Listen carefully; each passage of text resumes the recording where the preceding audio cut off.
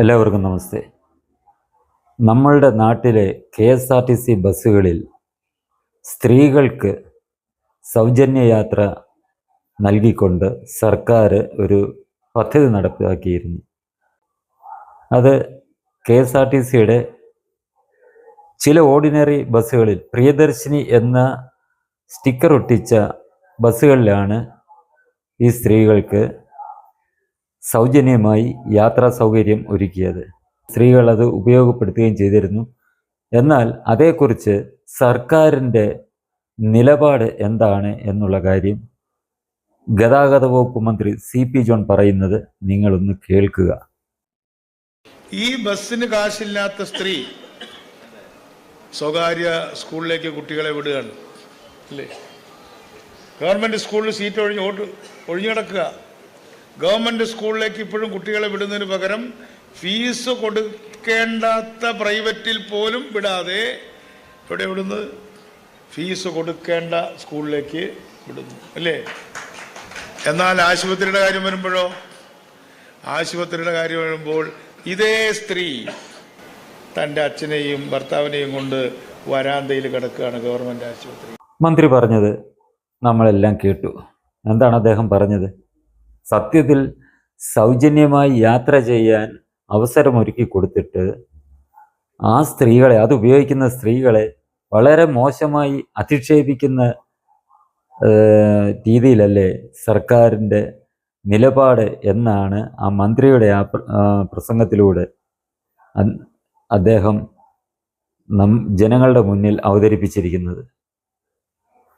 അതായത് ഈ സൗജന്യം, സർക്കാർ നൽകുന്ന സൗജന്യം ഉപയോഗിച്ച് യാത്ര ചെയ്യുന്ന സ്ത്രീകൾ അവരുടെ മക്കളെ സർക്കാർ സ്കൂളിൽ പഠിപ്പിക്കാതെ, സർക്കാർ ശമ്പളം കൊടുക്കുന്ന എയ്ഡഡ് സ്കൂളുകളിലും പഠിപ്പിക്കാതെ സ്വകാര്യ സ്കൂളുകളിൽ പഠിക്കാൻ അയക്കുന്നു എന്നാണ് അദ്ദേഹം പറയുന്ന ഒരു കാര്യം.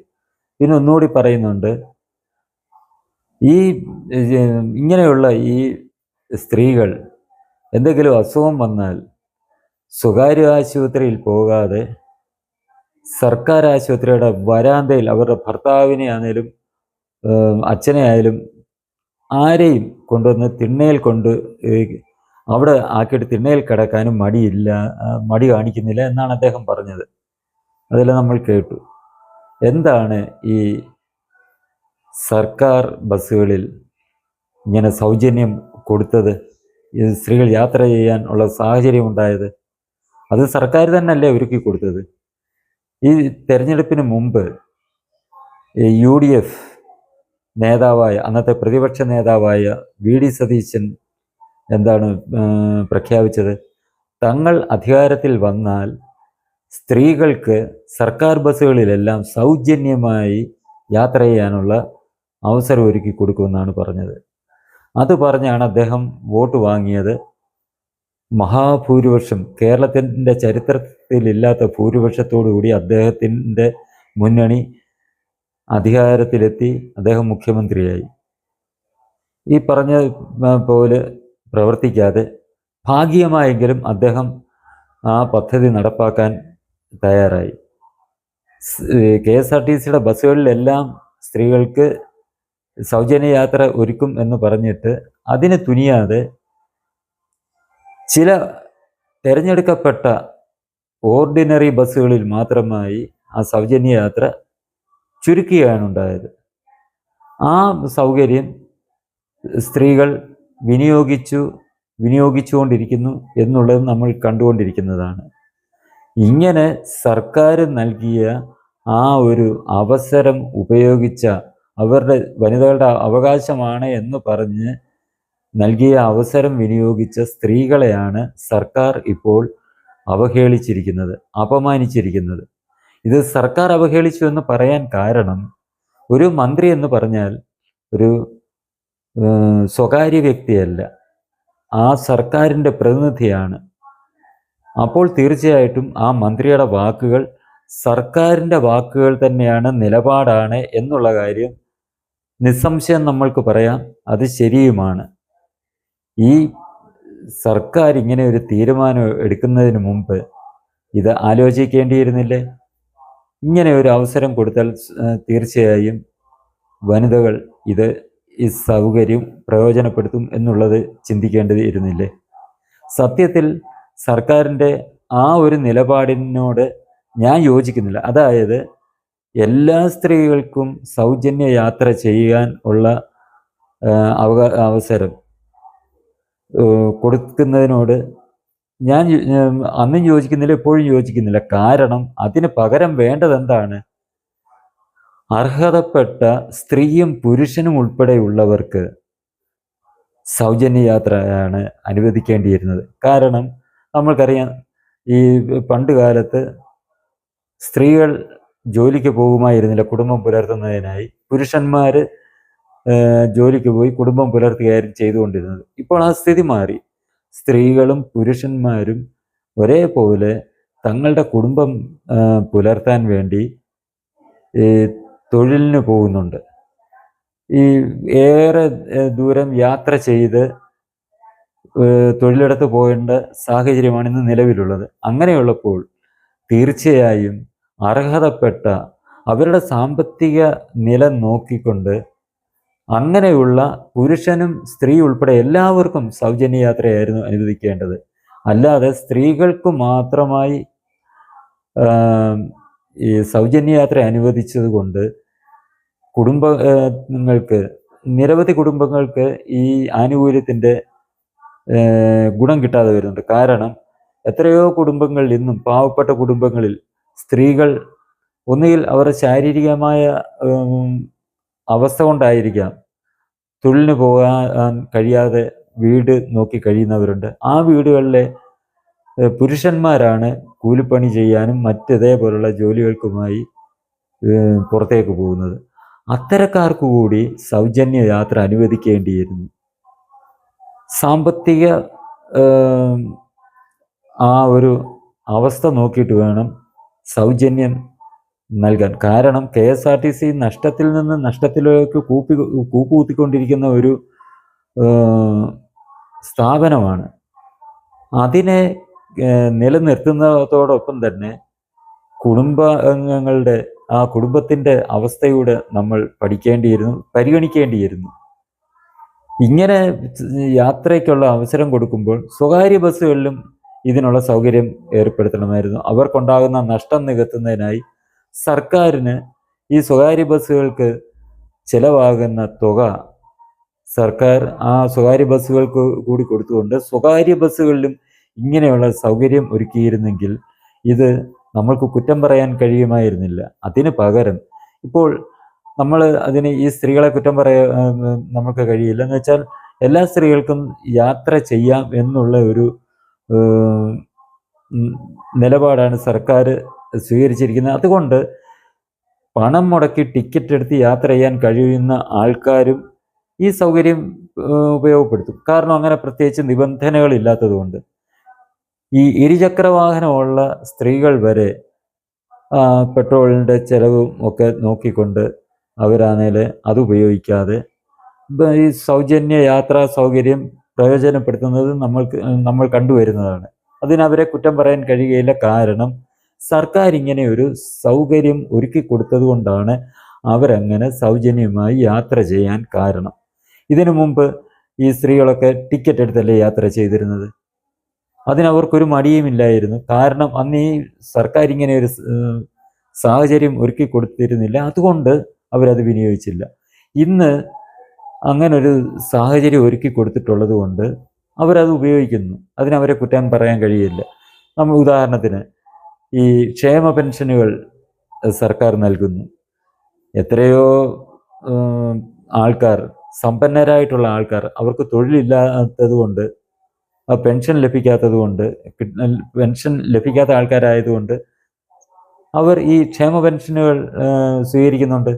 മക്കളൊക്കെ ചിലപ്പം ചിലർക്ക് ഒരു 2 മുതൽ 10 വരെ മക്കളുള്ള മുതിർന്ന ആൾക്കാരുണ്ട്.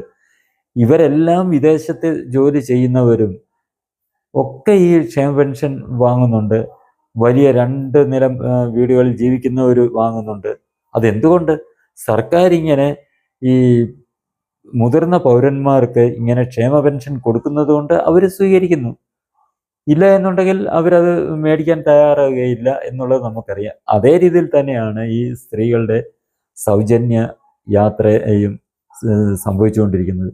സർക്കാർ അങ്ങനെ ഒരു അവസരം ഒരുക്കി കൊടുത്തു, അത് വിനിയോഗിക്കുന്നു. അങ്ങനെ സർക്കാർ തന്നെ ഇങ്ങനെ സാഹചര്യം ഒരുക്കി കൊടുത്തിട്ട് അത് ഉപയോഗിക്കുന്നവരെ ഇതേപോലെ മോശമായി അധിക്ഷേപിക്കുക എന്ന് പറയുന്നത് ഒരു പരിഷ്കൃത സമൂഹത്തിന് യോജിച്ചതല്ല.